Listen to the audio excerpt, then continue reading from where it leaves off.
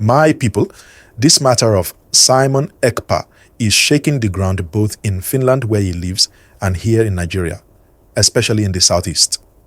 Just a few days ago, a court in Finland sentenced him to 6 years in prison. And the charge is very serious. They said he was involved with a terrorist group, that he was inciting people to commit violence, and that he even had cases of fraud and breaking the rules of the legal profession.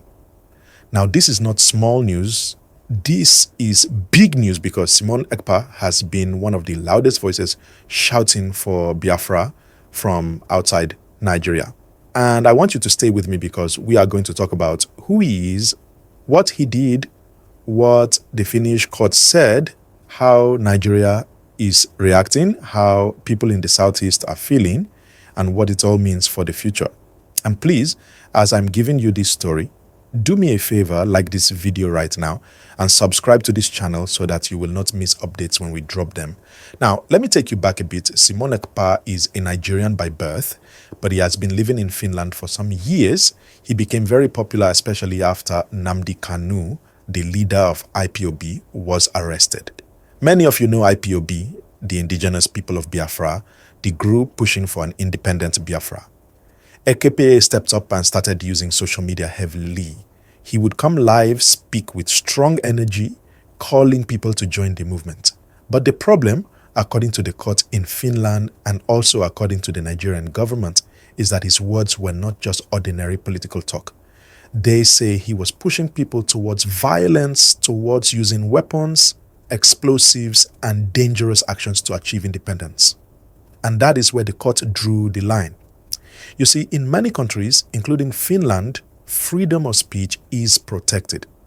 You can criticize government, you can demand independence, you can organize rallies. But once your speech begins to look like you are asking people to carry guns, to burn properties, or to attack others, then the law sees it as incitement. That is exactly what they said Simon Ekpa was guilty of. The court believed that his online broadcasts, his networks, and even some contacts he allegedly connected were helping groups in Nigeria that carried out violent activities. Now, this is not just a Finland matter. Nigeria has been complaining for a long time that IPOB and groups connected to it have been causing serious problems in the southeast. Many of you living there know about the sit-at-home orders. These are the days when people are told to stay at home. No shops, no movement, no schools, no transport. The idea was meant to be a protest. But what happened? It became something dangerous. People who refused to obey were attacked. Businesses collapsed. School children missed classes. And in some cases, lives were lost. The economy of the Southeast has suffered so much because of these. And the government says that voices like Ekpa were the ones pushing and even commanding these sit-at-home activities from abroad. My people, this is why the sentence in Finland is shaking everywhere. Abuja, the Nigerian government, welcomed the judgment quickly. They said Finland has shown that they are serious about fighting terrorism and that the rule of law can work across borders. You see, for Nigeria, it is almost like a victory. Because for years, they have been asking Finland to look into Simon Ekpa and his actions. Now that the Finnish court has given him 6 years, it strengthens Nigeria's hand. But let's not forget, there are still many supporters of Simon Ekpa. Some of them are saying this judgment is political, that it is not fair, that he was only speaking for the rights of his people. They see him as a freedom fighter, not a terrorist. And this is where the matter becomes complicated. One man's freedom fighter is another man's terrorist. It depends on which side you are looking from. That is why, in the southeast, reactions are mixed. Some families who have lost loved ones to violence linked to separatist groups feel that justice is being served. Others who believe in the Biafra dream see it as another attempt to silence their struggle. Before I go deeper, let me remind you again, please like this video and subscribe to this channel. Your support helps us bring you more of these kinds of breakdowns and real talk without fear. Hit that button now and let's continue. Now let's talk about the legal angle.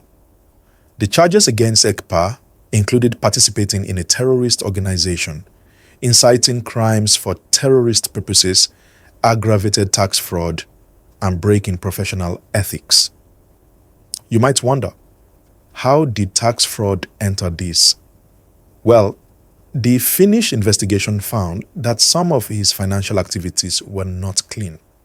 This shows that the case against him was not just about political speech, but also about money and how it was handled. When the courts put all these together, it became too much to ignore. The judgment means Simon Ekpa is expected to serve 6 years in Finland unless he appeals and wins. Now, people are asking, will Finland send him back to Nigeria? The truth is, extradition is not automatic.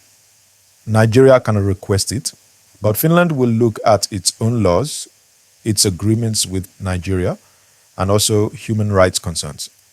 Sometimes countries prefer to keep and jail a convict themselves rather than send them away. So we have to watch and see. This whole story also raises a bigger question. How do you balance free speech and security? Many activists say governments should not silence voices calling for independence. But governments say when those voices are leading to death, kidnapping, destruction, and fear, then it is no longer just speech, it becomes a crime.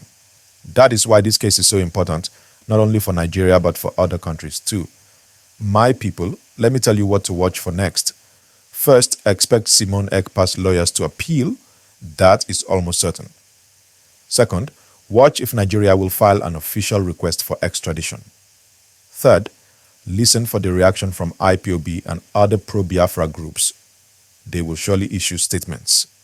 And finally, watch the streets of the Southeast, because people's emotions there will tell us if this case is calming tensions or increasing them. My people, let's move this gist forward. You see, the sentencing of Simon Ekpa is not just about one man. It opens the door to a bigger conversation about Nigeria, about how we handle issues of unity, and about how other countries see us. Right now, the Nigerian government is smiling because they feel they have proof that even a European court has agreed with them. But at the same time, some Nigerians are shaking their heads because they believe this is not solving the root problem. The root problem is that many people in the Southeast feel marginalized. They feel ignored. They feel like the promises of Nigeria have not reached them. And when people feel like that, voices like Simon Ekpa find ground to grow. That is why this story is both legal and political at the same time. Make sure you like this video and subscribe, because we are going deeper into the real heart of the gist. Now, let us talk about the impact of Simon's words and actions. From Finland, he used social media strongly. YouTube, Facebook, Twitter, live streams, every platform, he used it to send messages. And in today's world, you don't have to be physically present in a country to influence what happens there. One broadcast can reach thousands, even millions of people instantly. That is what the Finnish court was looking at. They saw that his words were not just random opinions. They were instructions, calls to action, and sometimes those actions turned into violence in Nigeria. That is the power of the internet today. This is why governments across the world are becoming more alert to what people say online. Now think about it. If Simon Ekpa was just another activist talking about independence without touching weapons or violence, would Finland jail him? The answer is no. Many independence movements exist around the world. Scotland wants independence from the UK. Catalonia wants independence from Spain. Quebec in Canada once wanted to break away. They all talk, they protest, but they don't call people to pick up guns. That is the difference. The line was crossed, and that is why this case is different. Please don't forget, like this video right now and subscribe so we can keep giving you these breakdowns in a way you understand. Another important question is, what happens to IPOB now? With their leader, Nnamdi Kanu, already in custody in Nigeria, And now Simon Ekpa sentenced abroad. IPOB is facing serious pressure.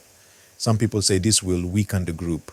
Others say it may make them more radical because they will feel haunted.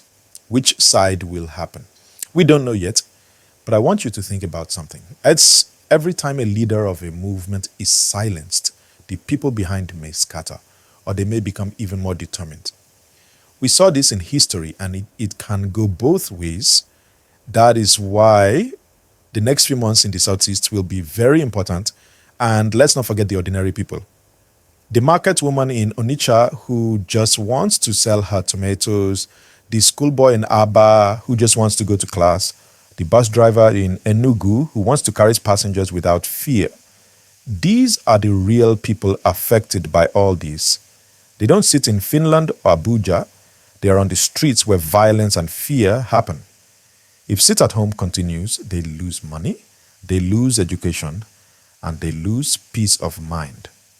So the question now is, will the sentence of Simon Ekpa reduce the pressure on these ordinary people, or will it create more confusion? That is what we must watch. And if you are from the Southeast, drop a comment below. How is your community feeling about this news?